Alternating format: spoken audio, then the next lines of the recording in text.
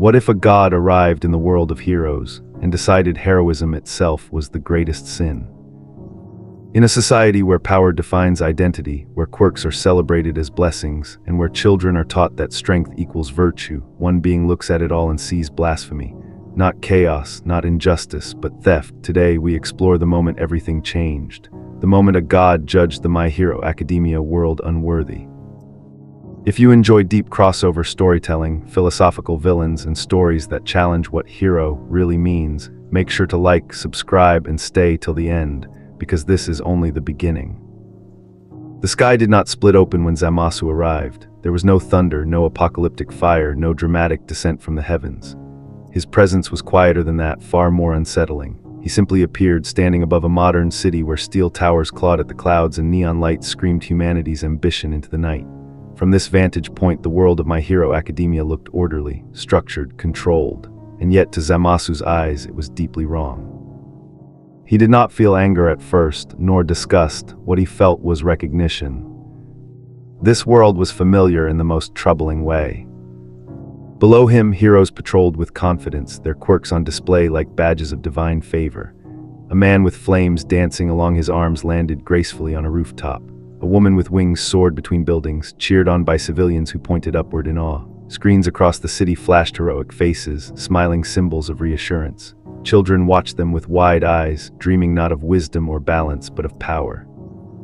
Zamasu closed his eyes and his expression hardened, not with rage, but with certainty. He had seen this before. In every timeline, in every variation of mortal civilization, it always began the same way. Power emerged among humans, unevenly distributed, unjustly celebrated. Those who possessed it were elevated, those who didn't were diminished. And slowly, inevitably, mortals began to believe that strength was destiny, that power was proof of worth. Quirks were no different. When Zamasu opened his eyes again, his gaze sharpened, as if the very fabric of reality offended him. He extended his senses, not searching for threats but for understanding. What he found disturbed him more than any battlefield ever had. Quirks were not divine gifts bestowed with purpose. They were biological accidents, random mutations amplified and glorified by a society desperate for saviors. And yet these mortals treated them as blessings, as signs of fate, as justification. That, Zamasu murmured softly, his voice calm and absolute, is blasphemy. To the people below, quirks were miracles. To Zamasu, they were theft. He watched as a hero stopped a petty crime with overwhelming force, praised for restraint simply because he could have done worse. The crowd applauded, cameras rolled, narratives were spun. No one questioned why one human had the right to dominate another. No one asked who decided which mortals were allowed to wield godlike abilities. Because in this world the answer was simple. Chance, and chance to Zamasu was the most obscene justification of all. Humans were never meant to choose who becomes godlike. That decision belonged to the natural order, an order mortals had no right to touch, let alone celebrate. Yet here they were, building institutions around power they did not earn, training children to master abilities they barely understood, and calling it heroism. Zamasu descended silently, his feet touching the ground in a quiet, empty street. No one noticed him yet. He walked among the city like a judge visiting a corrupt court, unseen but fully aware. As he passed by storefronts and billboards, he saw the consequences of quirks everywhere. Products designed for specific abilities. Laws written to accommodate power instead of restrain it. Entire economies shaped around the existence of the extraordinary. This wasn't balance. It was indulgence. In a park nearby, a group of children practiced their quirks under the supervision of a licensed instructor. Small flames sparked from a boy's hands as adults applauded. A girl levitated pebbles, praised for her potential. Their smiles were innocent. That was the cruelest part. They had been taught from birth that power made them special, that without it they would be less. Zamasu stopped walking.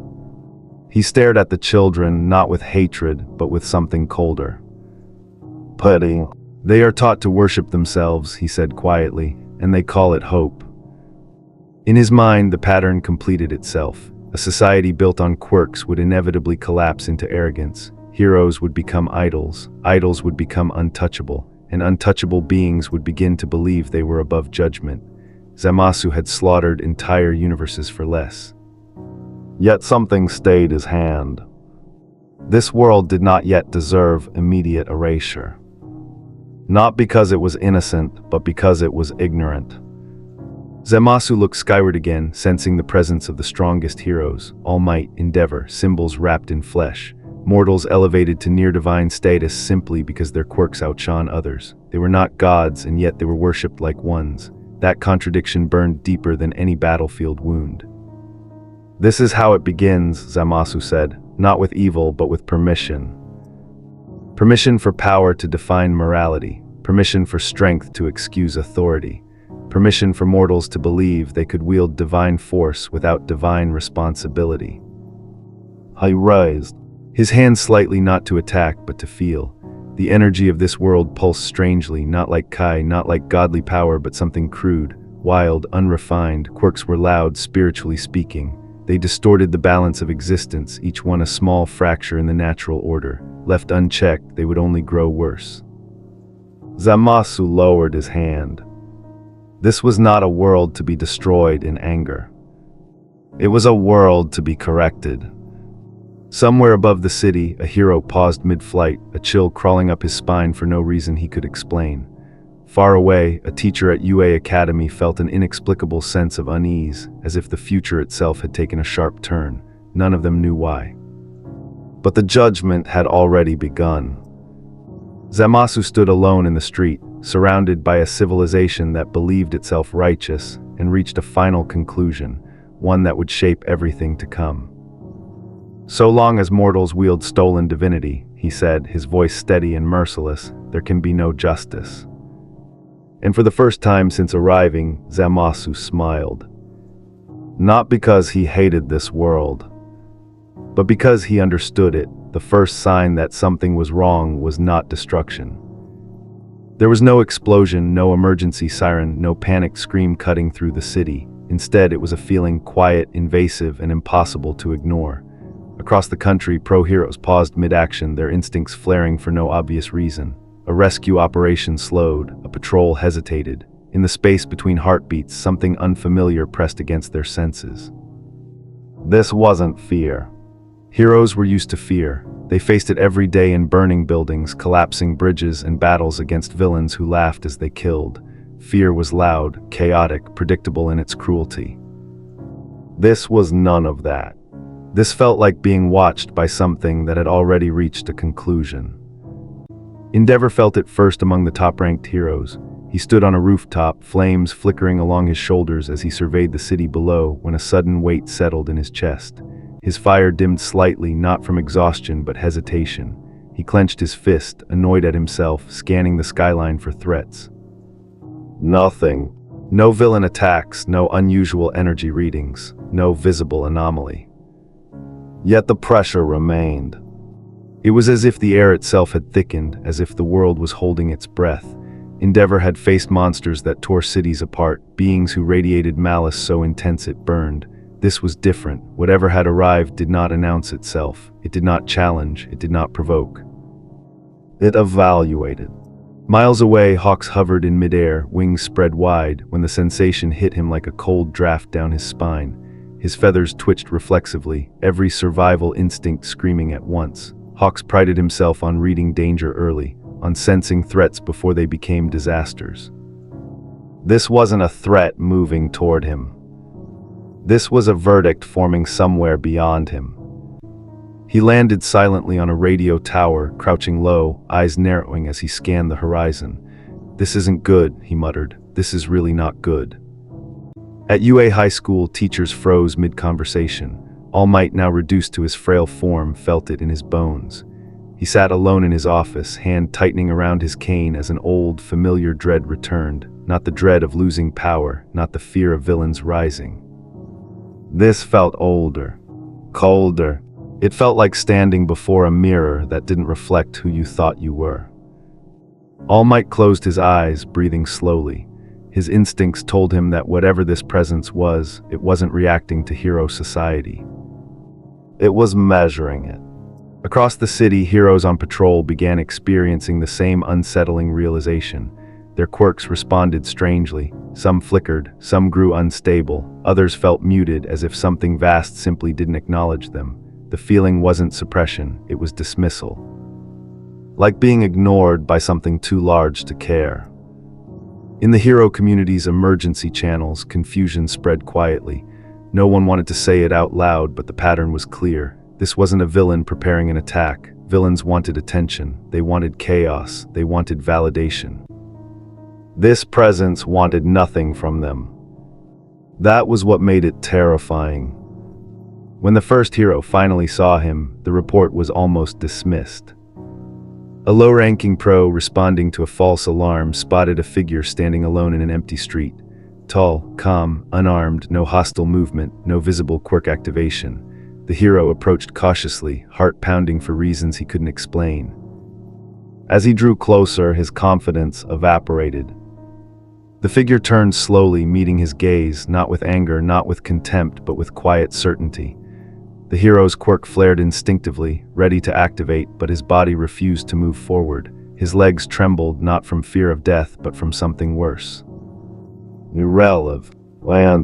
In that moment, the hero understood something that shattered his training. This being was not interested in fighting him. He was being assessed. The hero backed away, radioing for support with a shaking voice, unable to articulate what was wrong. He didn't scream about danger. He didn't call for backup urgently. He said only one thing. Whatever this is, it's not angry. That message sent a ripple through hero headquarters. As more heroes encountered Zamasu, the pattern repeated. He did not attack, he did not chase, he did not even threaten. He walked through their cities like a judge touring a condemned structure, observing flaws long before demolition. And the heroes felt it. They felt the weight of conviction pressing down on them. Conviction was worse than rage. Rage could be provoked, distracted, exhausted. Conviction did not waver, it did not negotiate, it did not care if it was loved or hated. Conviction simply acted. A meeting of top heroes was called in haste. Endeavor, Hawks, Best Jeanist, and others gathered, tension thick in the air.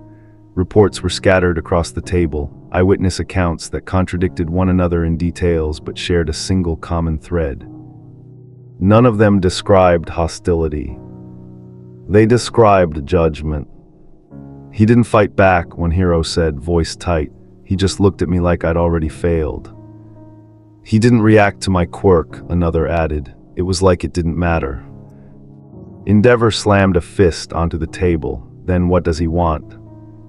Silence followed. That was the question no one could answer.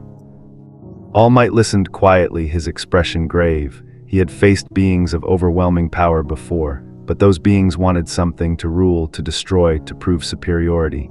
This was different. This presence did not seek domination. It assumed it. Be careful, All Might finally said. Whatever this is, it doesn't see us as enemies. Hawks frowned. That's supposed to make us feel better. No, All Might replied softly. It should make us afraid. Outside, Zamasu stood atop a building overlooking the city, hands clasped behind his back. He could feel the heroes stirring, mobilizing, preparing. Their concern registered faintly, like static. They were reacting the way mortals always did, confusing unease with danger. They still didn't understand. To Zamasu, villains were predictable. Heroes were disappointing, but both were beneath the true issue. This world had elevated power without wisdom and called it justice. It had normalized imbalance and named it peace. And now it sensed correction approaching. Zamasu turned his gaze toward UA High School, toward the symbols, the teachers, the children being trained to inherit stolen divinity. His expression did not change. There was no anger in his eyes. Only resolve. Evil born of hunger can be reasoned with, he said quietly, almost to himself. But evil born of conviction believes itself righteous. Below him, the hero society braced for a battle that was never coming, because what had arrived was far worse than a villain. It was a judgment that did not care whether they survived the lesson.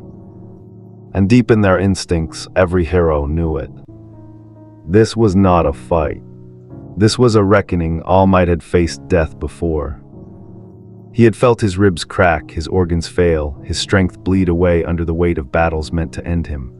Pain to him was familiar, loss was familiar, even fear, raw and desperate, was something he had learned to endure for the sake of others. But this failing was new. It was not the fear of being overpowered, it was the fear of being understood. He sat alone in his office at UA High School, the building quiet in the early hours of the morning. Outside, the city still slept, unaware that something fundamental had already shifted. The cane rested in his hand, his breathing slow but heavy, each breath carrying with it a sense of inevitability. For the first time since his injury, All Might felt small in a way that had nothing to do with his body. The reports lay scattered across his desk, eyewitness accounts, hero testimonies, half-coherent descriptions of a presence that refused to fit into any known category. Again and again, the same words appeared in different forms. Judgment, assessment, disinterest. All Might closed his eyes. Villains wanted him dead, that much was simple. He had been a wall standing in the way of their ambition, a symbol that made crime feel futile. Removing him was logical, understandable. But this being Zamasu had not targeted criminals first. That was the clue. All Might realized it slowly, painfully, like a truth surfacing from deep water. Zamasu didn't prioritize villains because villains were already broken. They did not represent ideals. They did not inspire faith. Heroes did, and no hero carried more faith than All Might. The realization struck him harder than any blow he had ever taken. I see it now, he whispered to the empty room. Hope made humans arrogant. For decades, All Might had stood as a living promise, a reassurance that no matter how dark the world became, someone strong enough and good enough would rise to protect it. Crime rates fell because criminals believed resistance was pointless. Civilians slept peacefully because they trusted him to be watching. But that trust had evolved into something dangerous. Dependence. All Might had told himself that being a symbol was necessary, that people needed something to believe in, yet he could no longer deny the truth staring back at him. Society had not grown stronger under his shadow. It had grown comfortable. Heroes measured themselves against him instead of against morality. Citizens waited for rescue instead of responsibility. Children dreamed not of helping others, but of becoming powerful enough to be worshipped. Zamasu didn't see All Might as a protector. He saw him as proof. Proof that humans, when given power, turned hope into hierarchy. The door to the office creaked open softly. All Might did not turn, he already knew who it was. Midoriya Izuku stepped inside, eyes wide with concern. All Might, you called for me.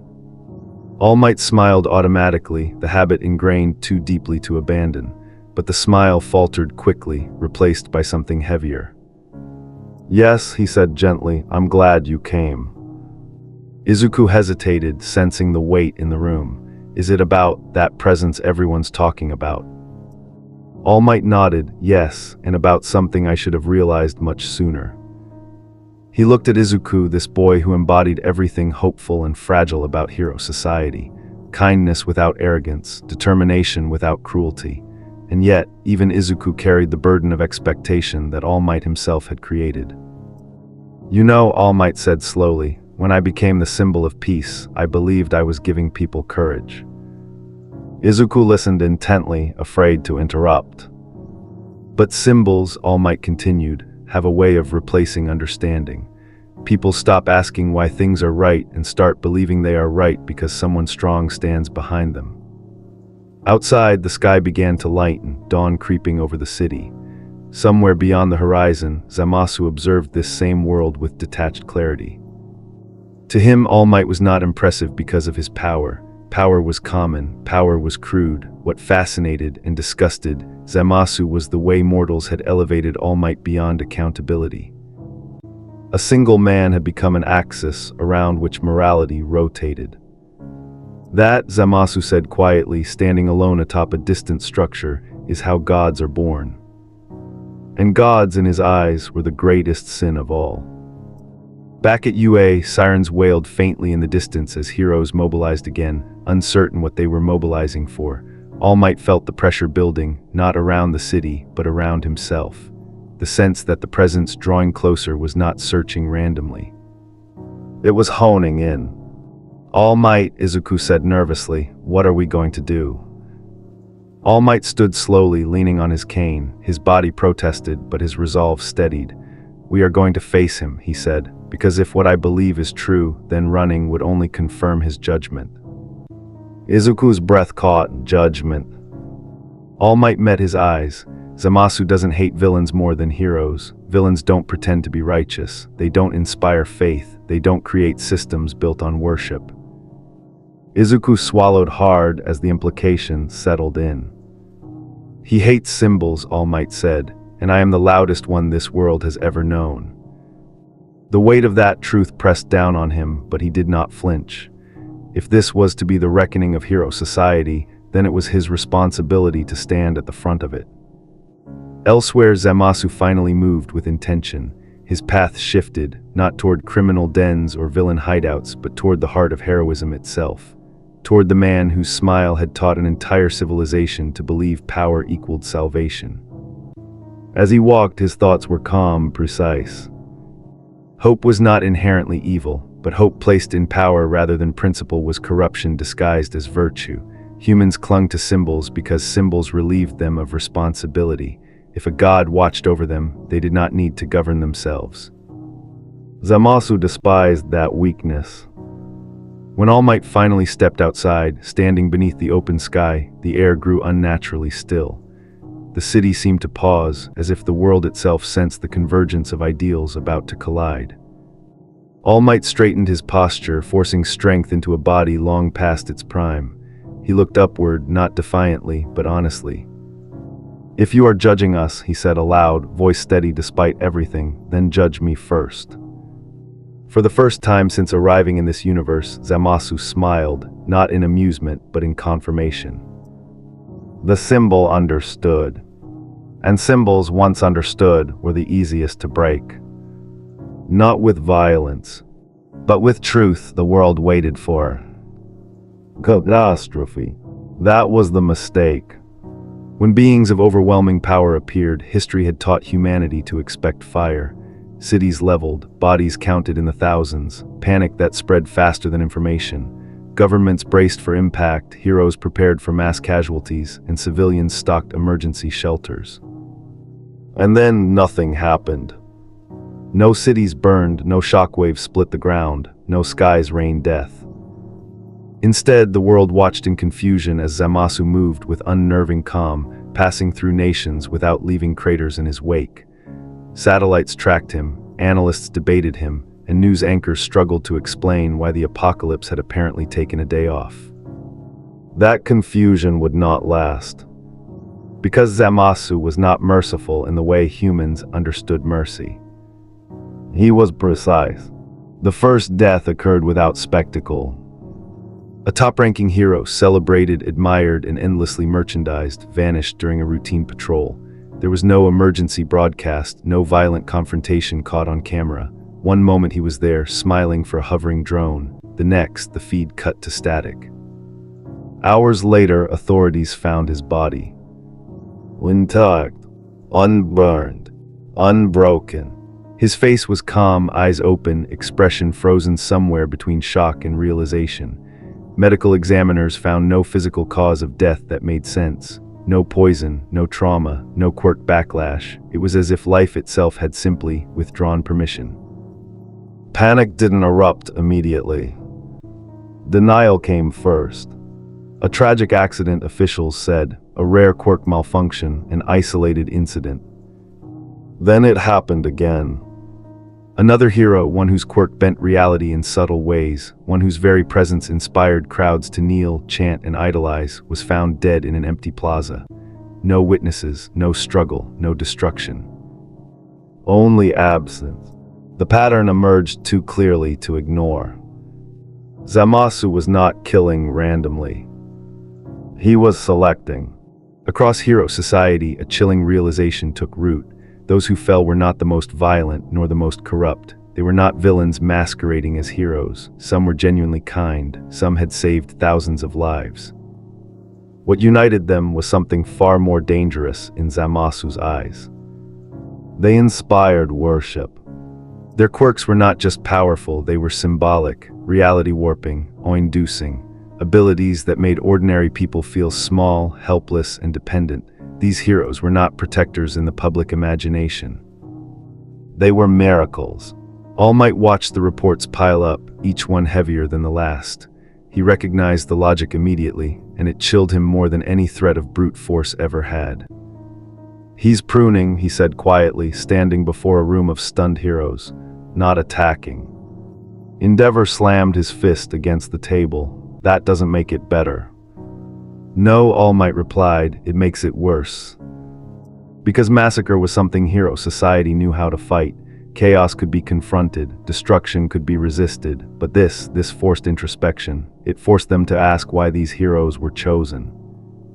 And none of them liked the answer. Public reaction fractured almost overnight. There were no mass evacuations, no burning streets. Instead, fear spread quietly, creeping into conversations and glances. Fans tore down posters. Parents hesitated before letting their children attend hero events. For the first time in decades, people questioned whether admiration itself might be dangerous. Zamasu observed it all from a distance, unmoved. This was not cruelty. This was correction. He walked through a silent district one evening, passing holographic billboards that still flickered with the faces of fallen heroes. Their smiles now felt obscene to him, mortal attempts at divinity frozen in cheap light. "Power that inspires worship poisons judgment," he said calmly, "and poisoned judgment leads to extinction."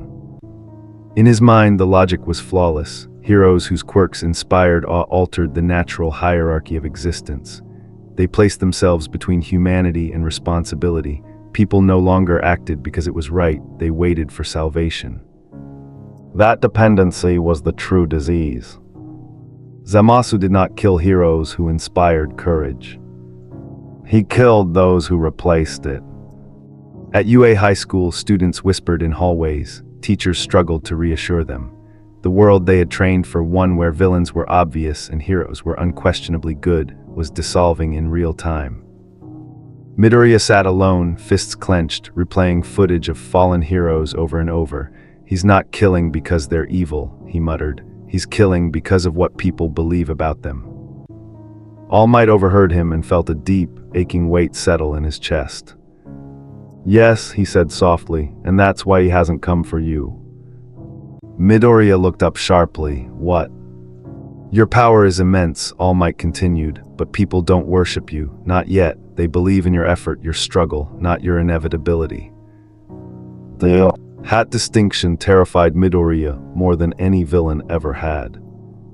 Meanwhile, the Hero Public Safety Commission scrambled. Their strategy meetings devolved into arguments. How do you fight an enemy who refuses to be monstrous? How do you rally public support against a being who doesn't burn cities, who doesn't slaughter civilians, who doesn't even seem angry? You couldn't. Because every act of restraint Zamasu showed made hero society look indulgent by comparison. The phrase spread across underground forums and whispered news segments like a contagion. Mercy is part of the purge. People didn't know where it came from, it didn't matter, it felt true. Zamasu finally addressed the world, not through a broadcast, not through threats, but through presence. He stood atop a central monument, visible but unreachable, and allowed cameras to find him. He did not raise his voice. "I do not hate humanity," he said calmly. "I mourn it." Heroes gathered at a distance, restrained by orders, instincts screaming at them to act, but none moved. "You mistake chaos for cruelty," Zamasu continued. "I do not kill indiscriminately, that would be wasteful. I remove distortions. I silence false gods so humanity may hear itself again." Someone shouted from the crowd, "You're a murderer." Zamasu turned his gaze slightly, not offended. "Yes," he replied, "and surgeons are butchers to those who fear the knife." The silence that followed was absolute. Zamasu looked toward the heroes now, his expression unchanged. "I have spared your cities, I have spared your children, I have spared those whose power inspires effort rather than worship." His eyes lingered briefly in the direction of UA. "Do not confuse my restraint with hesitation." With that, he vanished. No explosion. No shockwave. Just absent. And that absence echoed louder than any massacre ever could. Because Hero Society finally understood the truth that terrified them most. This was not a war against villains. This was a judgment against the very idea of heroic divinity. And Zamasu had only just begun selecting. The declaration did not come with thunder. There was no grand announcement, no divine proclamation echoing across the sky. Instead, it arrived quietly, like a verdict whispered into the structure of reality itself. Those sensitive to it, heroes, analysts, even a handful of civilians, felt it before they understood it. A subtle shift, a tightening of the air, as if the world had turned its attention toward a single point. Midoriya Izuku felt it too. He was training alone when it happened, sweat dripping down his face as he struggled to regulate One for All without destroying his body. His mind was elsewhere, replaying the names of fallen heroes, the hollow spaces they had left behind. He paused suddenly, heart pounding, not from exhaustion but from a sudden, suffocating awareness. Someone was looking at him. Not physically, not yet, but with absolute clarity.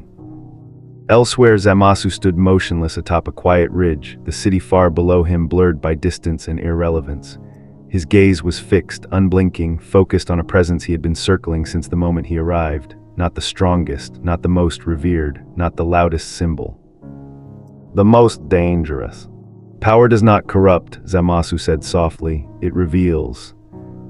Midoriya was not impressive to him in the way All Might had been. There were no crowds chanting his name. No monuments bearing his likeness, no myths yet formed around his existence. In every measurable way that Hero Society understood, Izuku Midoriya was still unfinished.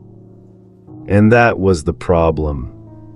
Zamasu had observed him carefully, the way he fought, the way he hesitated, the way he spoke to villains not as monsters but as people who had made catastrophic choices.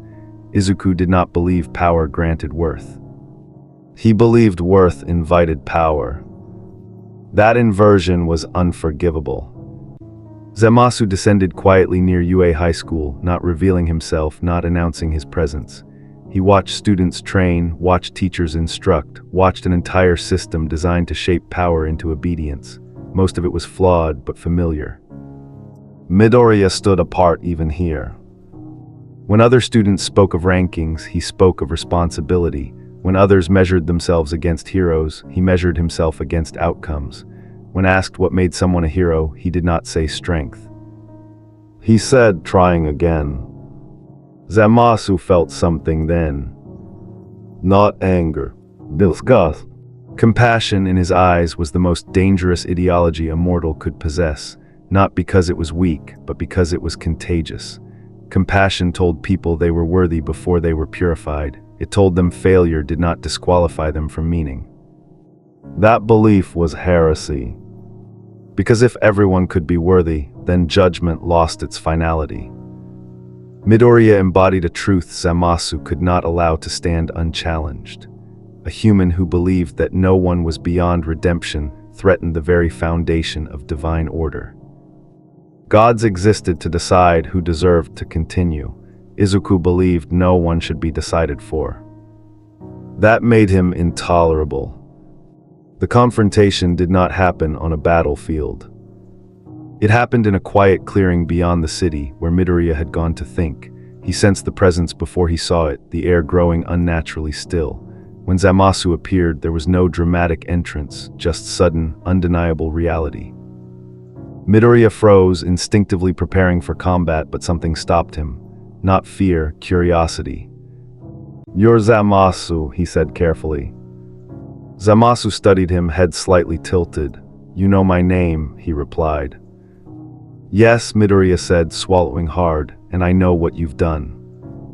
Zamasu stepped closer, his presence heavy but controlled. "Do you know why?" Midoriya hesitated. "You think we're wrong," he said slowly. "About power, about heroes." Zamasu's eyes narrowed, not in anger but in interest. "You understand more than the others." Midoriya clenched his fists. "Then why are you killing them?" "Because they inspire worship," Zamasu answered without hesitation, "and worship erodes judgment." Midoriya shook his head. They inspired hope. Hope, Zamasu replied coldly, is the lie mortals tell themselves to avoid responsibility. The words hit Midoriya hard, but he didn't back away. Hope is why people try again, he said. It's why villains stop being villains sometimes. It's why I'm here. Zamasu stared at him, truly stared, as if dissecting his soul. You believe anyone can be worthy? Yes, Midoriya said, voice shaking but firm. Even if they fail, even if they fall, worth isn't something you earn by being perfect. Zamasu felt it then, a fracture in his certainty. Not doubt, but resistance. A human refusing to be categorized. A mortal denying divine authority with nothing but belief. That, Zamasu said quietly, is why you are the most dangerous human in this world. Midoriya's breath caught. Because I'm strong. No, Zamasu replied, because you are kind without permission. The words echoed between them like a verdict. Zamasu took another step forward, the air bending slightly around him. Power can be removed, symbols can be broken, but belief spreads, and your belief tells humanity it does not need judgment. Midoriya met his gaze, fear finally surfacing, but not enough to silence him. Maybe humanity doesn't need a god deciding who deserves to exist. For the first time since arriving in this universe, Zamasu felt something close to anger, not explosive, not wild, cold and precise. Compassion without hierarchy, he said, leads to stagnation, to rot, to endless tolerance of failure. The cities were still standing. That was what confused everyone the most. Skylines remained intact, streets were not flooded with ash or blood, hospitals were not overwhelmed. By every visible metric, society should have been stable. And yet something essential had begun to rot beneath the surface, spreading quietly through conversations, through pauses, through the way people now looked at heroes when they passed by. The collapse had started in the mind. It began with hesitation.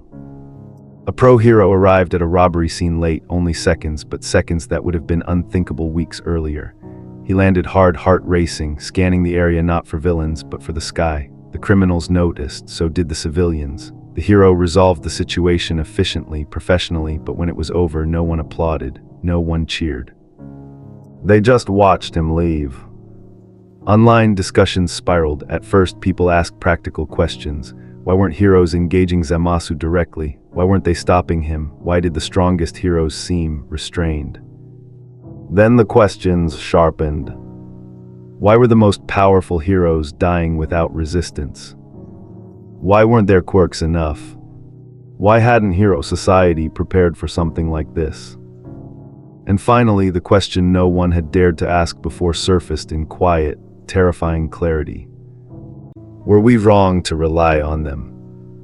Hero agencies felt it immediately. Attendance dropped, merchandise sales plummeted, schools canceled hero appreciation events temporarily, though everyone knew what that meant.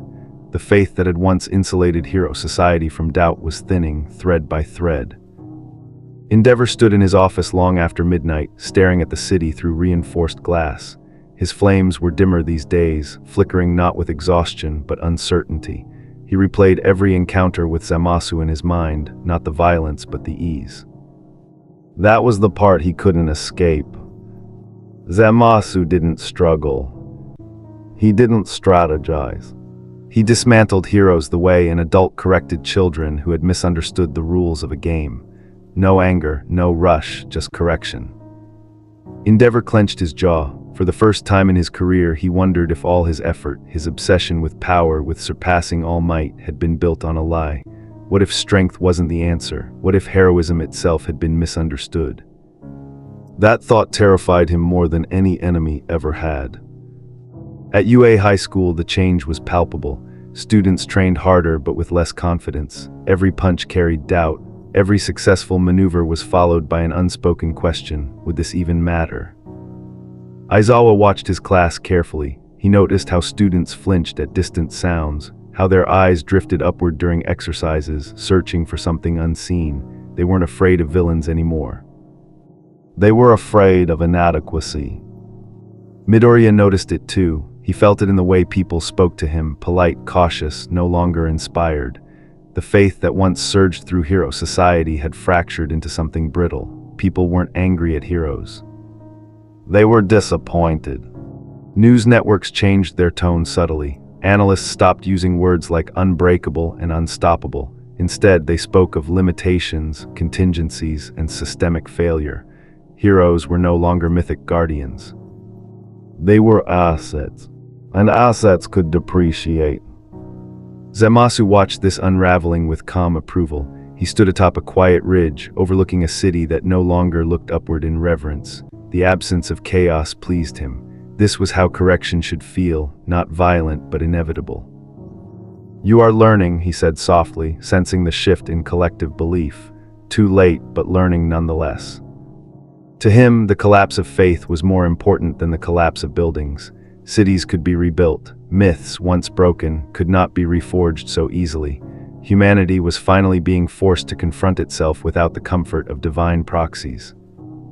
Heroes were beginning to doubt heroism itself. And that doubt spread faster than panic ever could. A public forum was held, a televised discussion meant to reassure citizens. Pro-heroes, officials, and analysts gathered under bright studio lights, trying desperately to project calm. The questions from the audience were measured at first. Can heroes still protect us? Do quirks actually make society safer? Is hero culture sustainable? Then someone asked the question that silenced the room.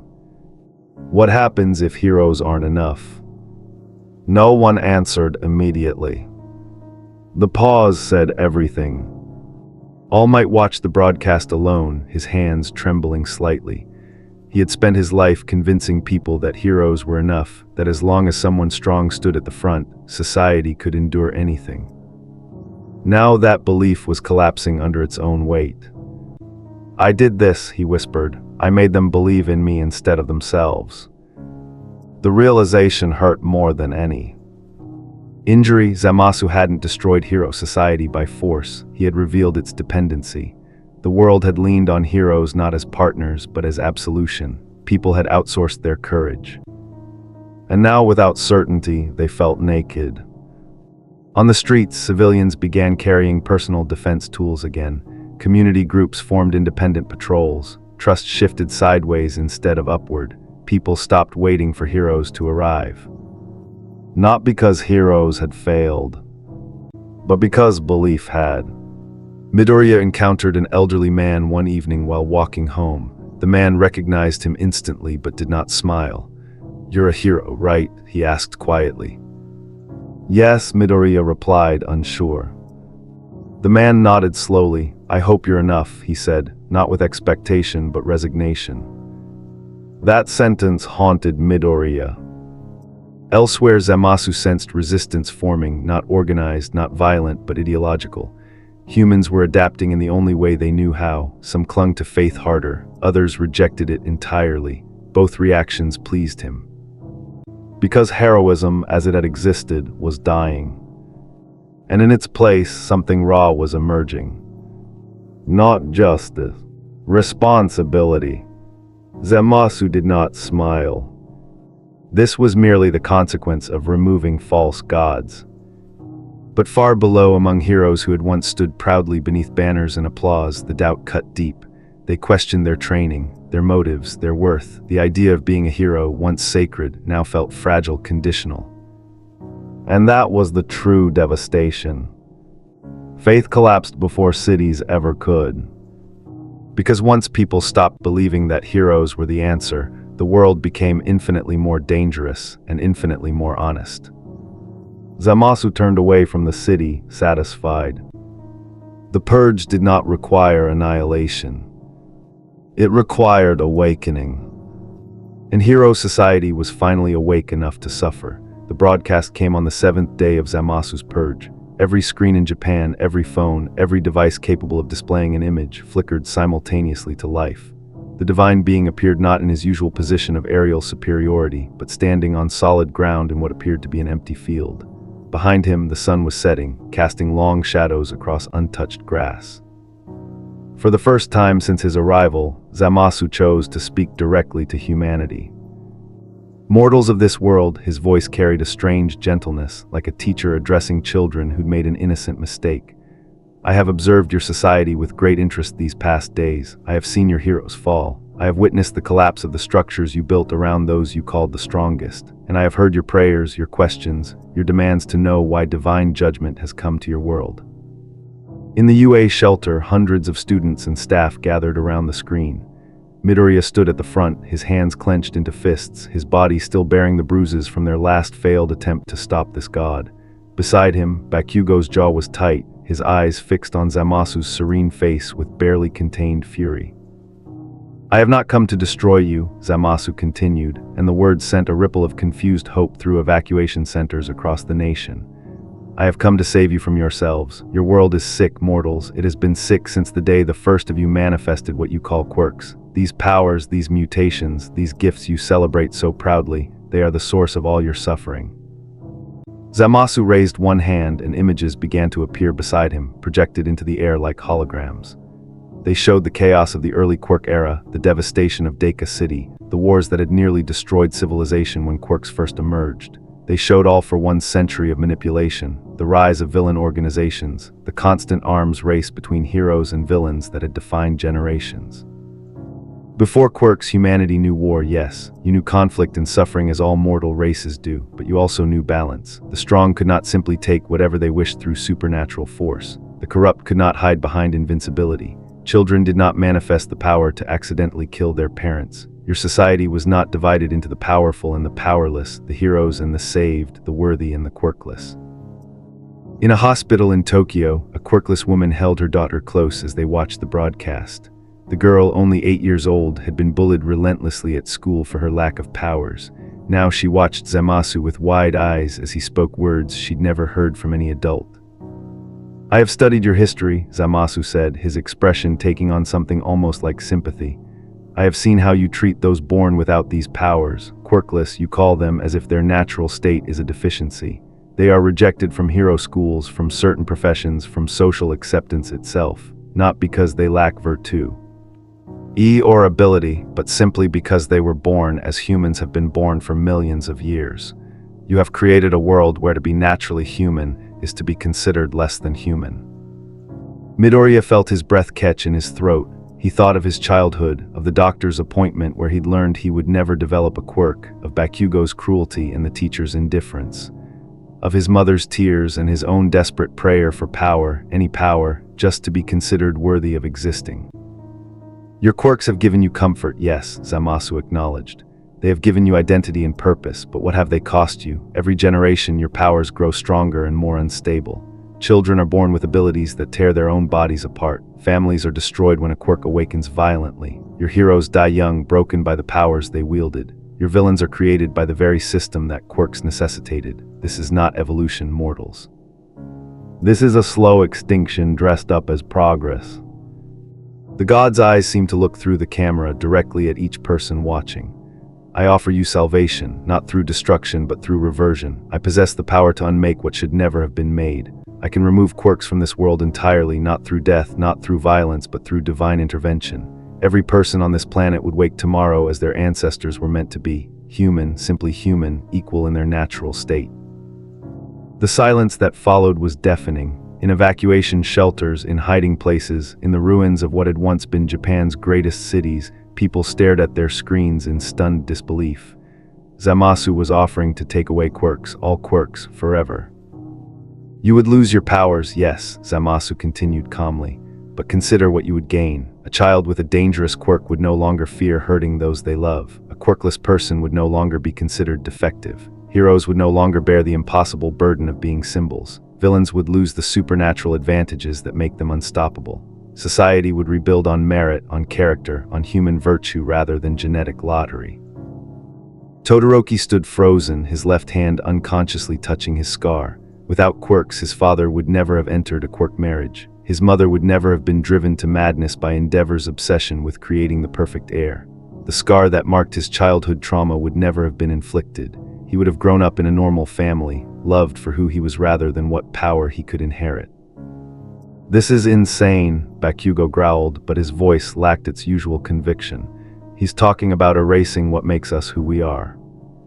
Is it though? Uraraka asked quietly. I became a hero to help my parents financially, but in a world without quirks, there wouldn't be a hero industry requiring billions in funding and insurance. My family's construction company wouldn't need to constantly repair villain damage. We might actually be better off. The debate erupted immediately. In the shelter, students began arguing, their voices rising in desperation and confusion. Some saw Zamasu's offer as the ultimate violation, the theft of their very identity. Others saw it as a liberation from a system that had never truly served them. My quirk is part of me, Ashido shouted. Taking it away would be like cutting off my arm. My quirk nearly killed me when it awakened, Koda countered, his usually quiet voice firm. I was 6 years old, and suddenly every animal in the neighborhood was responding to my unconscious commands. I caused a stampede that injured 12 people. My parents spent years terrified I'd accidentally do it again. Would I really lose something precious if that power was gone? All across Japan, similar conversations were erupting. In Hasu City, a man whose fire quirk had accidentally killed his brother during an argument stared at the screen with tears streaming down his face. In Kyushu, a woman whose mutation-type quirk had left her unable to find employment despite her qualifications felt something she hadn't felt in years: hope. In countless homes, parents of quirkless children looked at each other and dared to imagine a world where their kids wouldn't be considered failures. But in the remaining hero agencies, the reaction was pure horror. Endeavor, now the #1 hero by default after All Might's fall, stood before his own screen with flames flickering unconsciously around his shoulders. This is surrender. This is letting the villain win. We don't give up our power because using it is difficult. We master it. We become worthy of it. Worthy, Hawk said from across the room, his wings drooping. Endeavor, my quirk, was the only reason the Hero Commission didn't let me have a childhood. They took me from my parents at 7 years old because my wings made me useful. In a world without quirks, I would have just been a normal kid. I would have gone to school, made friends, lived a life. Is that really worse than what I got? The government convened an emergency session, though half its members were missing, killed in Zamasu's initial purge of hero society infrastructure. The Prime Minister stood before the remaining officials, his face pale. We need to understand what he's actually proposing. Is this even possible? Can quirks be removed without killing their users? A scientist who'd been studying quirk genetics spoke up, her voice shaking. Based on what we've seen of his powers, yes, quirks are genetic, coded into our DNA. A being with sufficient control over biological structures could theoretically rewrite human genetics back to their pre-quirk state. The individuals would survive, but their powers would simply cease to exist. Their children would be born quirkless. Within a single generation, quirks would be extinct.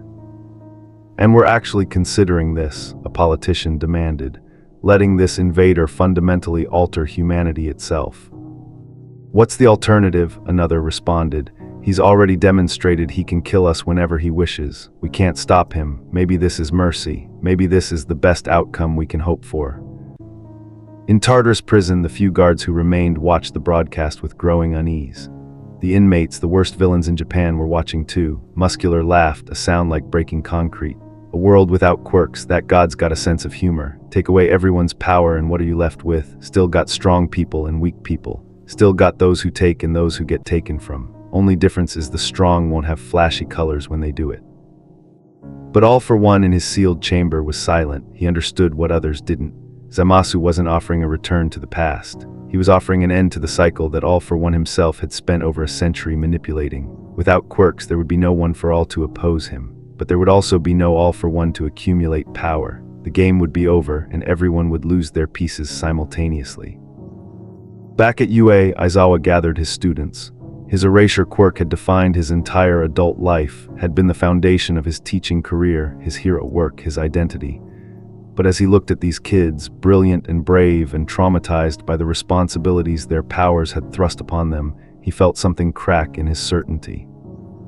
I want you all to think carefully, he said, his voice rough. Don't answer now, but consider this. If you could go back and be born without your quirks, would you? Not knowing what you know now, not with the experiences you've had, but truly starting over as a quirkless person in a quirkless world. Would that life be worse than this one? Midoriya's hand went to his chest, where One for All pulsed with the inherited power of 8 predecessors. This quirk had given him everything, his dream, his purpose, his place at UA, his ability to save people. But it had also given him a burden that sometimes felt too heavy to bear.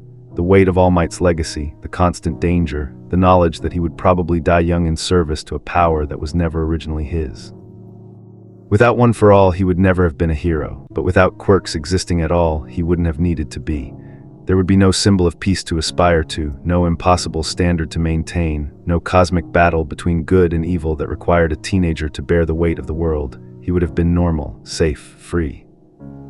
He's asking us to choose, Yaoyorozu said softly, her usual confidence shaken, to vote on whether humanity as we know it should continue to exist. Zamasu's image on the screen seemed to soften, becoming almost paternal. I will not force this upon you immediately, mortals. I am not a tyrant. I will give you 3 days to consider, speak among yourselves, weigh the benefits against the costs, and then I will ask this world to decide. If the majority of humanity chooses to keep their quirks, I will accept that decision and leave your world forever. Hope sparked in countless hearts at those words, a way out, a peaceful resolution. But Zamasu continued, and the hope guttered like a candle in wind. If you choose to keep your quirks, you must accept what comes with them. I will not destroy you, but I will not save you either. Your society will continue as it has, with heroes and villains, with the powerful and the powerless, with all the suffering and inequality and violence that quirks have brought. And in 100 years, when your powers have grown even more unstable, when your society has torn itself apart even further, remember that you had this chance. Remember that divine mercy was offered and you rejected it. The broadcast ended, leaving millions staring at blank screens in silence. The impossible. Choice hung over Japan like a sword, peace at the cost of identity, safety at the cost of power, equality at the cost of everything that made them who they were. In the UA shelter, Midoriya looked around at his classmates. These were the people who would inherit Hero Society, who would carry it forward into the future, and now they had to decide if that future should exist at all. Some were crying, some were arguing, some sat in stunned silence, unable to process the magnitude of what they'd just been asked to choose. 3 days, Ida said, his voice hollow. He's given us 3 days to decide the fate of human evolution itself. And across Japan, in shelters and hospitals and ruined homes, the debate began. Parents looked at their children and asked themselves which world they wanted for them. Heroes questioned whether their sacrifices had been worth it. Quirkless individuals dared to hope for acceptance. Villains calculated whether a powerless world served their interests. The choice was impossible, the stakes were absolute, and somewhere above them all, Zamasu waited with divine patience for humanity to pass judgment on itself. The 3 days Zamasu had granted felt like 3 years. Japan had descended into a chaos that had nothing to do with violence and everything to do with existential crisis. Families were torn apart by the debate. Heroes questioned everything they'd built their lives upon. The quirkless population, for the first time in generations, had a voice that others were actually listening to, and their testimonies were devastating. On the evening of the second day, Midoriya stood alone on the roof of the UA shelter, staring out at the remains of the city. The stars were visible tonight, clearer than they'd been in years. Without the constant glow of Hero Agency spotlights and the flare of quirk-based combat, the sky had returned to something resembling natural darkness. It was beautiful in a way that made his chest ache. "You're going to argue against it, aren't you?" Midoriya turned to find Todoroki standing in the doorway, his heterochromatic eyes reflecting the starlight. His friend moved to stand beside him, and for a long moment, neither of them spoke. "I don't know yet," Midoriya admitted quietly. "Every logical argument says Zamasu is right. I've been going through my hero analysis notebooks, reading about all the incidents I documented. Do you know how many of them would never have happened in a world without quirks? The sludge villain incident, the USJ attack, Stain's crusade, the Shai Hasekai, everything with the League of Villains. My entire notebook collection is essentially a catalog of suffering caused directly or indirectly by quirks." Todoroki was silent, but Midoriya could feel his attention, patient and unwavering. "I talked to some of the quirkless people in the shelter today," Midoriya continued, his voice cracking slightly. "There's a man, maybe 50 years old, who told me he'd spent his entire life being treated like he was invisible. Not metaphorically, literally. People would look past him, talk over him, forget he was in rooms, because without a quirk he didn't register as fully human to them. He cried when Zamasu made his offer. Actually cried with relief at the thought of being seen as equal." "And that makes you think Zamasu is right?" Todoroki asked, no judgment in his tone. "It makes me think he's not wrong," Midoriya said, "which is worse somehow. If he was just a villain, just another threat to defeat, it would be simple. but he's offering something that would genuinely help people, real people who have suffered real harm because of the quirk-based society we've built. The door opened again and more of Class 1A filtered out onto the roof. Uraraka, Ida, Tsuyu, Kirishima, Bakugo, Yaoyorozu, and others. They gathered around Midoriya without speaking, all of them drawn by the same desperate need to make sense of an impossible choice. "The vote is tomorrow," Ida said, adjusting his glasses with a hand that trembled slightly. "The government is using every available system to collect responses. Every citizen gets one vote, yes to accept Zamasu's offer, no to reject it. Simple majority decides." "Current polling?" Yaoyorozu asked, though her tone suggested she already knew the answer. 63% in favor of removing quirks, Ida replied, and climbing. The number hit like a physical blow. Nearly 2/3 of Japan was ready to give up quirks entirely, ready to erase everything that defined their world for the promise of peace. "My father called me today," Todoroki said quietly. "First time he's initiated contact since Zamasu arrived. He wanted to tell me that he's voting no, that he's spent his entire life mastering his quirk, becoming the #1 hero, and he refuses to let some god erase his achievements. Then he asked how I was voting." "What did you tell him?" Uraraka asked. "I told him I'm voting yes," Todoroki said, and the confession hung in the air like smoke. "I told him that in a world without quirks, he never would have bought my mother like property. He never would have trained me until I vomited from exhaustion at 5 years old. Tauya would still be alive. Our family would have been normal, and he hung up on me." Bakugo made a sound like a growl, his hands shoved deep in his pockets. "That's bullshit reasoning, Todoroki. Your old man being a bastard isn't the quirk's fault, it's his fault. Taking away everyone's powers doesn't fix abusive parents, it just means they hit you without setting you on fire first. But it does remove the incentive structure that made quirk marriages attractive," Yaoyorozu countered. "Without powerful quirks to inherit, there's no reason to treat children as genetic experiments. Todoroki's family situation was enabled by quirk society, even if it wasn't directly caused by it." "So what?" Bakugo snapped. "We throw away everything because some people abuse the system. Heroes save thousands of people every day using quirks. Disasters that would kill hundreds are stopped because someone has the right power at the right time. You want to go back to being helpless." "We wouldn't be helpless," Tsuyu said in her characteristic blunt manner. "We'd be normal. Humans managed for thousands of years without quirks. They built civilizations, created art, developed technology. The assumption that we need supernatural powers to function is itself a product of quirk society's propaganda." Midoriya listened to his classmates' debate, hearing echoes of the arguments that were happening across the entire nation. Every point was valid, every counterpoint equally so. The choice wasn't between good and evil. It was between two different versions of humanity, each with its own merits and costs. "Deku," Uraraka said softly, using the nickname that had once been an insult and was now something gentler.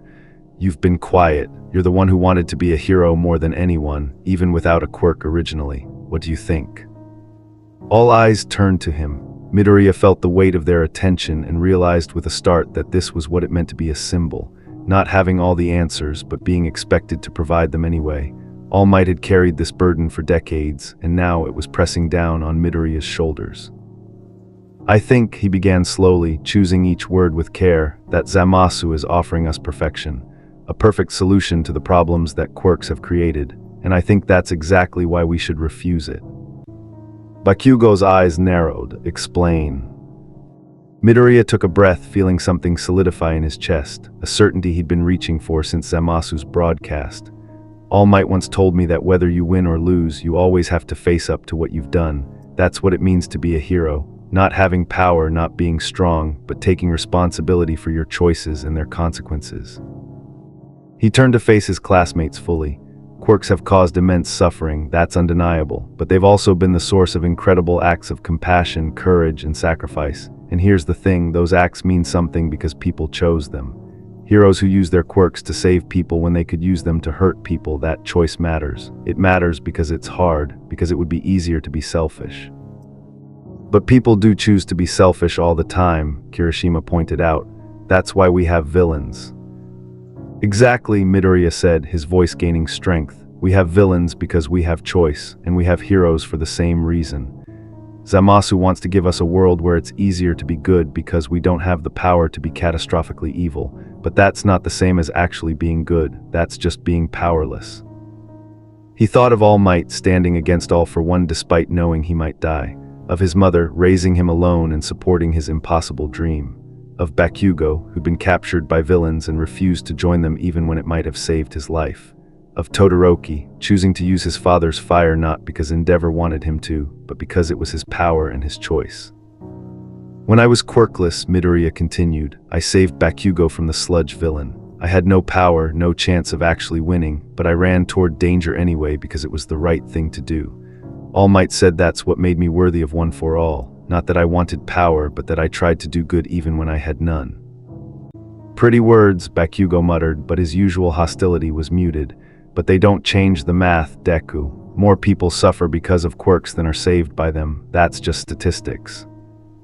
Is it? Midoriya challenged. How do you measure a life saved versus a life hurt? How do you weigh a quirkless person's suffering against a hero's sacrifice? Zamasu is offering us a utilitarian calculation, remove quirks, reduce suffering, achieve net positive outcome, but humans aren't math problems. We're messy and complicated, and we hurt each other in ways that have nothing to do with superpowers. He looked at each of his friends in turn. In a quirkless world, Todoroki's father might not have abused him with fire, but he still could have been abusive. People hurt each other with words, with fists, with neglect and cruelty that require no supernatural ability. The sludge villain wouldn't have been a quirk-based monster, but Bakugo still could have been attacked by a normal criminal. I still could have run to help, and I still probably would have failed, but this time there'd be no All Might to save us both. So you're saying nothing would change? Yaoyorozu asked, her brow furrowed. No, I'm saying everything would change, but not in the way Zamasu promises, Midoriya replied. He's offering us a world without the choice to be heroic with power, but heroism isn't about power. It's about choosing to help even when it's hard, even when it costs you something, even when you might fail. A hero who saves people because they have an invincible quirk is less heroic than a quirkless person who helps someone at great personal risk. Uraraka's eyes were bright with unshed tears. You're going to vote no. I'm going to vote no, Midoriya confirmed, because I believe that flawed humans choosing to be good matter more than a perfect world where we have no choice. Zamasu is right that quirks have caused suffering, but they've also given people the opportunity to choose courage, to choose sacrifice, to choose to be better than they have to be, and that choice, that human choice, is what defines us. Even if most people vote yes, Ida asked, even if we lose. Even then, Midoriya said firmly, because this isn't about winning or losing, it's about standing up for what I believe. All Might taught me that a hero is someone who saves people with a smile. But before that, when I was quirkless and powerless, I learned that being a hero is about trying to save people even when you can't smile, even when you have no power, even when you'll probably fail. That's the lesson I can't abandon. Bakugo turned away, his shoulders tense. For a long moment he was silent, and when he spoke, his voice was rough. You're an idiot, Deku, a complete moron. Zamasu is offering us peace, and you're choosing the hard road because it feels more heroic. Yes, Midoriya said simply. Fine, Bakugo growled, then I'm an idiot too, because as much as I hate to admit it, you're right, my quirk has been part of me since I was 4 years old. It's shaped every choice I've made, every mistake, every achievement. Taking it away doesn't erase the person those choices made me, it just makes me powerless to keep choosing. One by one, the students of Class 1A made their decisions. Some still leaned toward accepting Zamasu's offer, and Midoriya didn't blame them. The pain that quirks had caused was real and terrible, but others joined him in choosing the harder path, the one that preserved humanity's agency even at the cost of humanity's peace. The next morning, Midoriya requested an audience with Zamasu. The message was broadcast publicly. I want to speak with you before the vote, not as a hero, not as a fighter, but as one person to another, please. To everyone's surprise, Zamasu accepted. They met in the same field where Zamasu had made his broadcast, the god standing serene and patient as Midoriya approached. The green-haired boy was flanked by his classmates, by Aizawa and other UA staff, by journalists documenting what might be humanity's most important conversation. You wish to speak, young one, Zamasu said, his voice carrying that same gentle authority. I confess curiosity. You are the inheritor of a powerful quirk, one of the few who might meaningfully oppose me if you chose. yet you come not with violence but with words. Because I don't want to oppose you, Midoriya said honestly. I want to understand you. You've offered us something that could genuinely reduce suffering, and part of me desperately wants to accept, but I can't, and I need you to understand why. Zamasu tilted his head, genuinely interested. Proceed. Midoriya stepped forward, his heart pounding but his voice steady. You see Quirks as the source of our suffering, and you're not entirely wrong, but you're also not entirely right. Humans hurt each other long before Quirks existed. We had wars, oppression, cruelty, all without supernatural powers. Quirks didn't create human evil, they just gave it new tools. Precisely my point, Zamasu said. Remove the tools, reduce the harm. But you also remove the choice to overcome those tools, Midoriya countered. Every day, people with destructive quirks choose not to destroy. People with power choose not to dominate. That choice, that constant decision to be better than we could be, that's what makes us human. Not our perfection, but our strew. Jiggly toward it. Zamasu's expression didn't change, but something flickered in his eyes. You speak of choice as if it were sacred, but mortal choices have led to nothing but chaos and suffering. Our choices have also led to beauty and love and sacrifice, Midoriya replied. Yes, we're flawed. Yes, we hurt each other. But we also help each other, save each other, die for each other, and none of that means anything if it's not chosen. A god enforcing goodness isn't the same as humans choosing it. And if humans choose evil, then we face the consequences, Midoriya said firmly.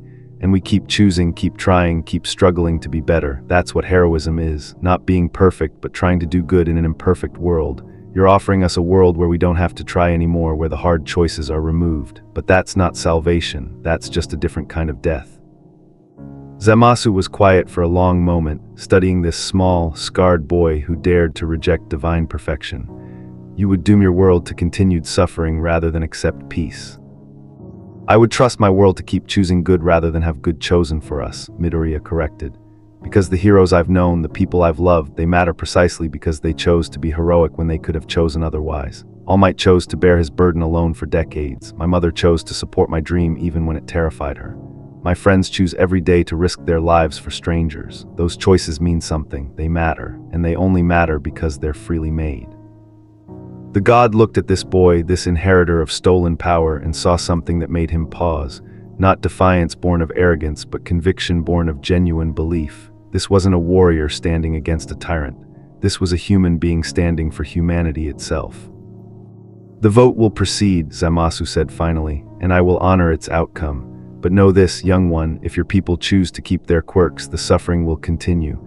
Every death, every tragedy, every broken family that results from quirked society, you will have chosen that outcome. I know, Midoriya said, and there were tears on his cheeks now, and that terrifies me. But I'd rather live in a world where we chose our suffering than one where we had our peace enforced, because only in choosing can we truly be human. Only in struggling can we truly be heroic. And I believe in humanity's ability to choose good, even when it's hard, especially when it's hard. Zamasu looked at him for a long moment, then nodded slowly. You have conviction, mortal, more than most gods I have known. We shall see if your faith in human choice is warranted. The vote commenced at noon. Every citizen of Japan cast their decision, and the world watched the tally climb. The final count came in as the sun set on the third day. 52% voted to reject Zamasu's offer. 52% chose to keep their quirks, their flaws, their dangerous and beautiful and terrible power. They chose the hard path, the uncertain path, the path that preserved their agency even as it preserved their suffering. Midoriya watched the results with tears streaming down his face, knowing what this meant, knowing that people would die because of this choice, knowing that the quirkless would continue to suffer discrimination, knowing that villains would keep emerging and heroes would keep falling and the cycle would continue. But also knowing that it would be humanity's cycle, their choice, their responsibility, their chance to be better than they were, one decision at a time. Zamasu appeared before them one final time, his expression unreadable. Your people have chosen, I will honor that choice and depart your world. But remember, mortals, you were offered divine perfection and you chose mortal struggle. What comes next is yours alone to bear. We know, Midoriya said quietly, and we'll bear it together because that's what heroes do. The god vanished, his divine presence leaving their world as suddenly as it had arrived. and humanity was left with their quirks, their flaws, their endless capacity for both good and evil. And the choice, always the choice of which one to embrace. The sky returned to its natural blue the moment Zamasu departed. It was as if his presence had been a filter over reality itself, and with his absence the world could breathe again. Across Japan, people emerged from shelters, from hiding places, from the paralysis of existential dread. The divine invader was gone, humanity had won. But it didn't feel like victory. Midoriya stood in the ruins of what had once been downtown Musutafu, surrounded by his classmates and teachers. They should have been celebrating. They'd faced down a god and preserved humanity's right to choose its own path. Instead, a heavy silence hung over the group like fog. Around them, the city bore the scars of Zamasu's purge, collapse. De-hero agencies, memorials hastily erected for fallen pro-heroes, and everywhere, the conspicuous absence of the symbols that had once defined their society. "We should be rebuilding," Iida said, but his voice lacked its usual conviction. His hand moved unconsciously to his leg, where his brother's legacy quirk had been inherited. In a world without quirks, Tensei would never have been a hero. He never would have been paralyzed by stain, but he also never would have saved those people, never would have inspired Tenya to follow in his footsteps. Which outcome was better? The question was poison. Aizawa stood apart from his students, his capture weapon hanging loose around his shoulders. His eyes, always tired, now carried a different kind of exhaustion. "The Hero Commission wants to restart operations by the end of the week," he said quietly. "They're calling this a victory. The god was defeated, order will be restored, hero society will continue." "But it wasn't defeated," Todoroki said, his voice flat. "It left because we asked it to. Because 52% of people chose to keep their quirks. That's not a victory, that's barely a consensus." The number haunted them all, 52%. In a nation of over 100 million people, they'd won by the slimmest of margins, which meant that 48% had been ready to give up quirks entirely. Nearly half the population had looked at their society and decided it wasn't worth saving in its current form. Uraraka sat on a piece of rubble, her usual cheerfulness dimmed. "My parents called last night. They wanted to tell me they voted yes." She looked up at her friends with red-rimmed eyes. They were apologizing, crying, saying they knew I wanted to be a hero, but they couldn't vote to continue a system that's bankrupting them. The insurance costs alone from hero-villain conflicts have put them in debt they'll never escape. They voted to erase my dream, and I can't even be angry because I understand why.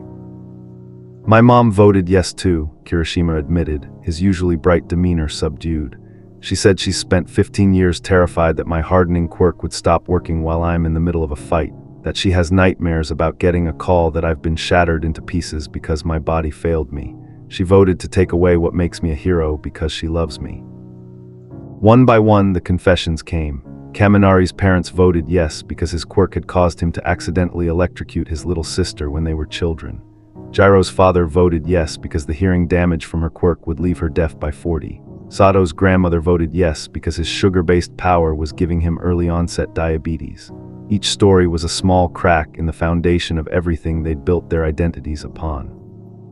48%, Bakugo said, his voice low and dangerous. "That's how many people looked at us, at heroes, at everything we're trying to become, and said, not worth it. We're out here risking our lives, and half the country we're protecting wishes we didn't exist." "They don't wish we didn't exist," Yaoyorozu corrected gently. "They wish the need for us didn't exist. That's different." "Is it?" Bakugo challenged. "Because from where I'm standing, it feels pretty damn similar." Midoriya had been silent throughout, his green eyes distant. Now he spoke, his voice barely above a whisper. "He didn't fail, did he, Zamasu? He said he'd honor our choice and leave, and he did, but he knew that just asking the question would be enough." Everyone turned to look at him. Aizawa's eyes narrowed. "What do you mean?" "Before Zamasu came, Hero Society had problems, but we believed they could be fixed," Midoriya said, his analytical mind working through the implications with growing horror. "We believed that with enough effort, enough sacrifice, enough good heroes, we could create a just society. The quirkless faced discrimination, but we told ourselves we were working on it. Villain attacks caused suffering, but we said that's why we needed more heroes. Every problem had a solution within the system." He looked around at the destroyed city, at the memorials to fallen heroes, at his friends' faces marked by doubt. "But now Zamasu has shown us an alternative, a world without these problems at all, and we chose not to take it. Which means every problem that happens from now on, every death, every discrimination, every tragedy, we chose that. We are actively choosing it every day we don't change our minds. The weight of that realization settled over them like ash. They had won the vote, but in doing so, they'd accepted responsibility for every flaw in quirk-based society. They couldn't claim ignorance anymore. They couldn't say they didn't know there was another way. They'd looked at the alternative and rejected it, which meant everything that came after was their choice. That's what he wanted, Suyu said, her large eyes wide. Ning with understanding. He didn't need to force us. He just needed to make us aware of what we're choosing every day. Now every time something goes wrong, people will think about his offer. Every time a hero dies, every time a villain attack causes collateral damage, every time someone is discriminated against for being quirkless, the question will be there, couldn't we have prevented this? In hospitals across Japan, the same realization was spreading. A quirkless man sat in his apartment, staring at the rejection letter from yet another job application. Before Zamasu, this had been normal, expected, just the way things were. Now it was a choice. Society had voted to continue this discrimination rather than accept equality through quirk removal. The injustice hadn't changed, but the knowledge that it could have been prevented made it unbearable. In hero agencies, the surviving pros were discovering that victory felt hollow. Mirko stood in her destroyed office, looking at the casualty reports from Zamasu's purge. 37 heroes dead, hundreds more critically injured, all might gone, and for what? To preserve a system that nearly half the country had been ready to abandon. She'd spent her entire life fighting to protect people, and now she had to accept that many of those people wished she'd never had the power to fight at all. At UA, the faculty held an emergency meeting. Principal Nezu stood before them, his usually cheerful demeanor replaced by something grimmer. We need to address the reality of what's happened. Our enrollment applications have dropped by 60%. Parents who voted yes to removing quirks are now questioning whether they want their children trained as heroes. Parents who voted no are questioning whether hero society is worth the sacrifice they're demanding of their children. So what do we do? President Mike asked, his voice for once lacking its usual volume. Just give up, close the school. No, Nezu said firmly. We adapt, but we can't pretend this hasn't changed everything. We can't go back to training heroes the way we did before, telling them they're symbols of peace and justice, without acknowledging that half the people they're protecting don't believe in those symbols anymore. The media had erupted into endless debate. News programs featured quirkless individuals sharing their experiences, many of them expressing betrayal that they'd come so close to equality only to have it snatched away. Hero supporters argued passionately for the value of quirk-based society, but their arguments now sounded defensive, desperate to justify a choice rather than celebrate it. The problem, a political commentator said on a late-night program, is that we can't unknow what Zamasu revealed. We can't go back to accepting hero society's flaws as inevitable when we've been shown they're actually optional. We chose these flaws, we voted for this suffering, and that changes everything. In the weeks that followed, the cracks began to show. A pro-hero in Osaka announced his retirement, stating that he couldn't continue knowing that many of the people he saved resented him for having power they lacked. A support equipment company shut down after protests from quirkless workers who'd voted yes and now felt betrayed by their quirked colleagues. Schools reported increased bullying as students on both sides of the vote took out their frustration on each other. The League of Villains, still ignored and irrelevant in Zamasu's eyes, found themselves with an unexpected recruitment boom. People who'd voted yes and lost were angry, bitter, convinced that hero society had stolen their chance at equality. Shigaraki stood before his growing organization and realized with dark irony that Zamasu had accomplished what All for One never could. He'd made people question the fundamental legitimacy of hero society itself. He was right about one thing, Shigaraki said to his lieutenants. Heroes aren't the solution, they're part of the problem, and now everyone knows it. They chose to keep the problem, but that doesn't mean they're happy about it, and unhappy people make excellent villains. 3 months after Zamasu's departure, Midoriya sat in his dorm room surrounded by his hero analysis notebooks. He'd been adding to them obsessively, documenting every incident, every consequence of their choice to reject the god's offer. A quirkless teenager had committed suicide in Hasu, leaving a note saying he couldn't bear living in a world that had voted to keep him inferior. A hero had accidentally killed a civilian during a villain fight, and the victim's family had publicly stated they'd voted yes to prevent exactly this kind of tragedy.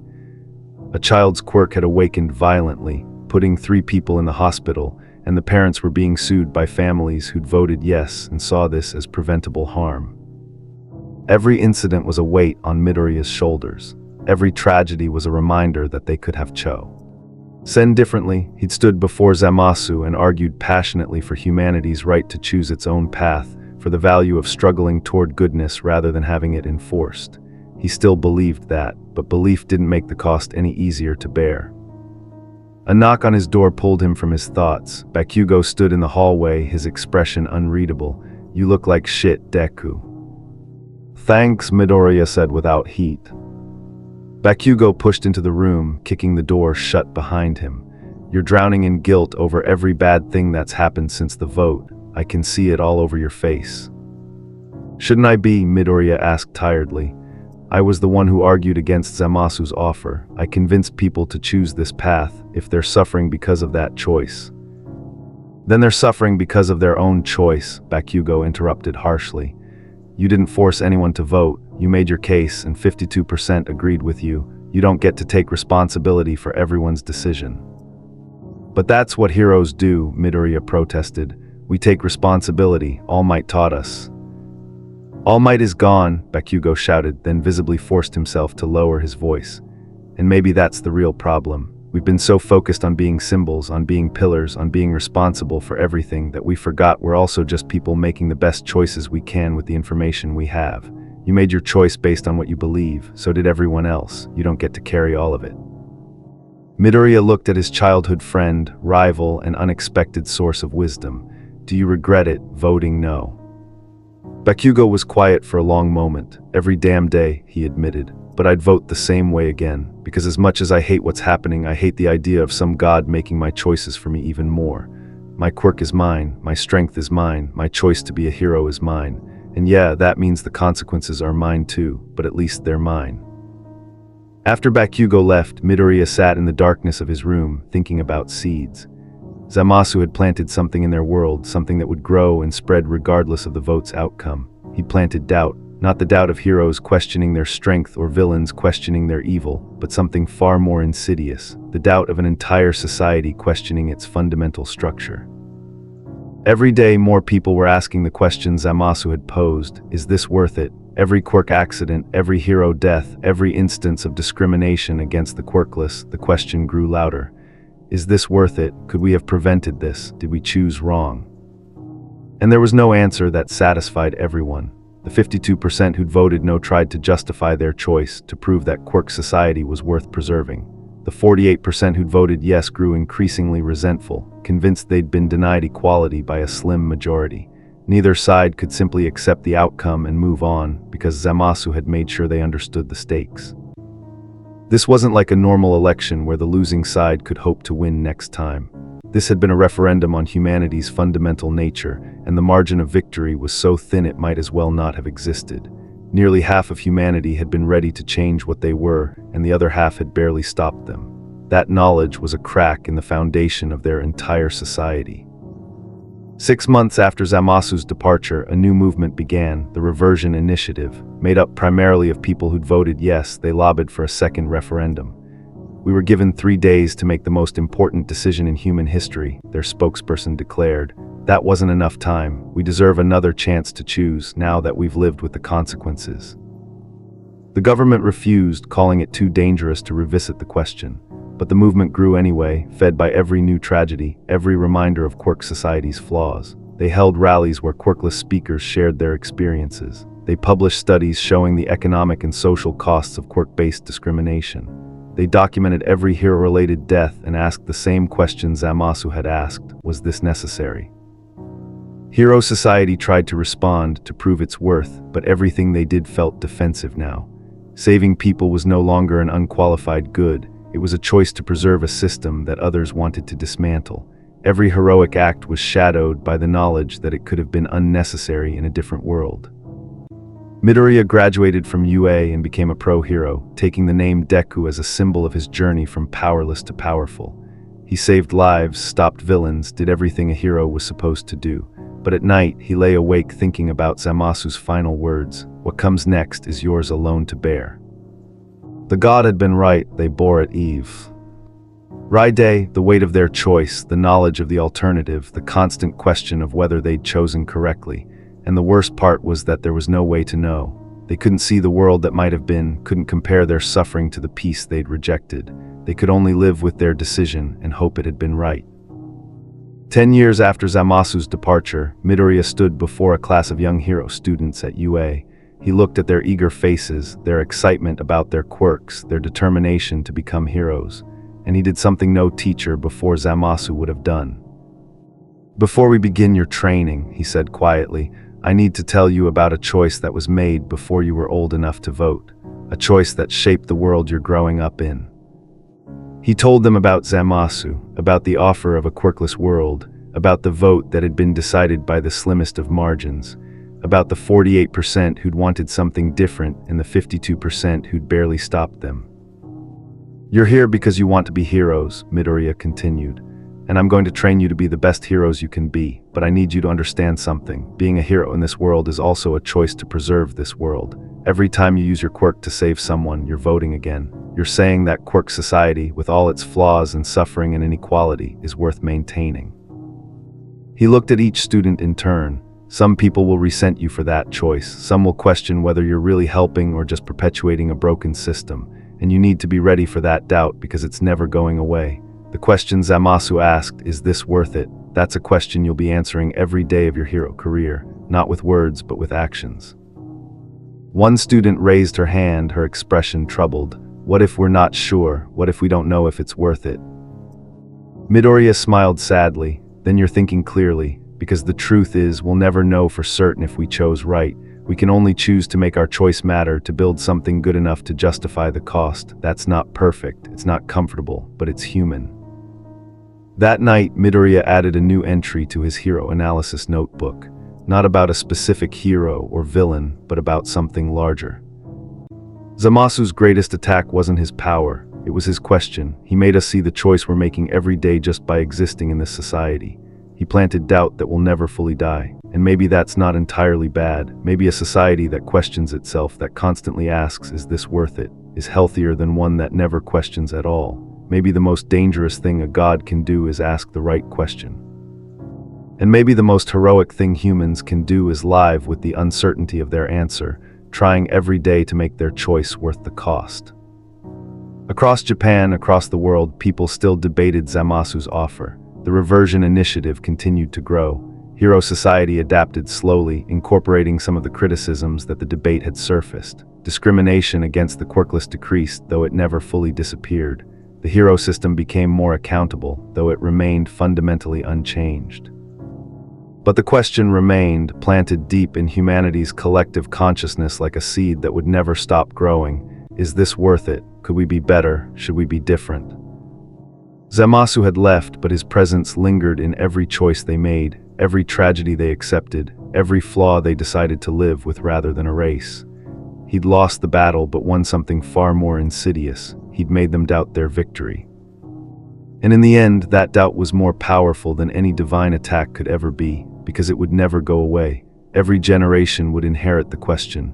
Every hero would have to answer it with their actions. Every person with a quirk would have to justify their power's existence. The god had failed to remove their quirks, but he'd succeeded in removing their certainty. And for a being like Zamasu, who believed mortals were too flawed to govern themselves, planting the seed of self-doubt might have been the victory he wanted all along. In the divine realm beyond mortal comprehension, Zamasu watched the world he'd left behind. He saw the debates, the divisions, the endless questioning of choices already made, and he smiled, serene and certain. "I told them I would honor their choice," he said to the void. "And I have, but I also ensured they would never stop questioning that choice. They wanted the freedom to determine their own path. Now they will spend eternity wondering if they chose the right one. Perhaps that uncertainty, that constant doubt, will teach them what I could not, that mortals are too flawed to govern themselves, too conflicted to make peace with their own decisions. Human to ever be truly content with their choices." He turned away from the mortal realm, his point made, his question planted, his divine judgment executed not through force but through revelation. The most dangerous thing a god can do, Zamasu mused, is not to provide answers but to ask questions mortals cannot escape. I have asked mine. Now they will spend generations trying to answer it, and with every tragedy, every flaw, every failure of their chosen system, my question will echo louder, is this worth it? And in the world below, in shelters and hero agencies and ordinary homes, people continued living with their choice, never entirely certain it had been the right one, but choosing every day to make it matter. The seed was planted, now it would grow, wild and uncontrollable, just as humanity itself had always been. Zamasu had failed to remove their quirks, but he'd succeeded in making them question everything those quirks represented. And that question would never die.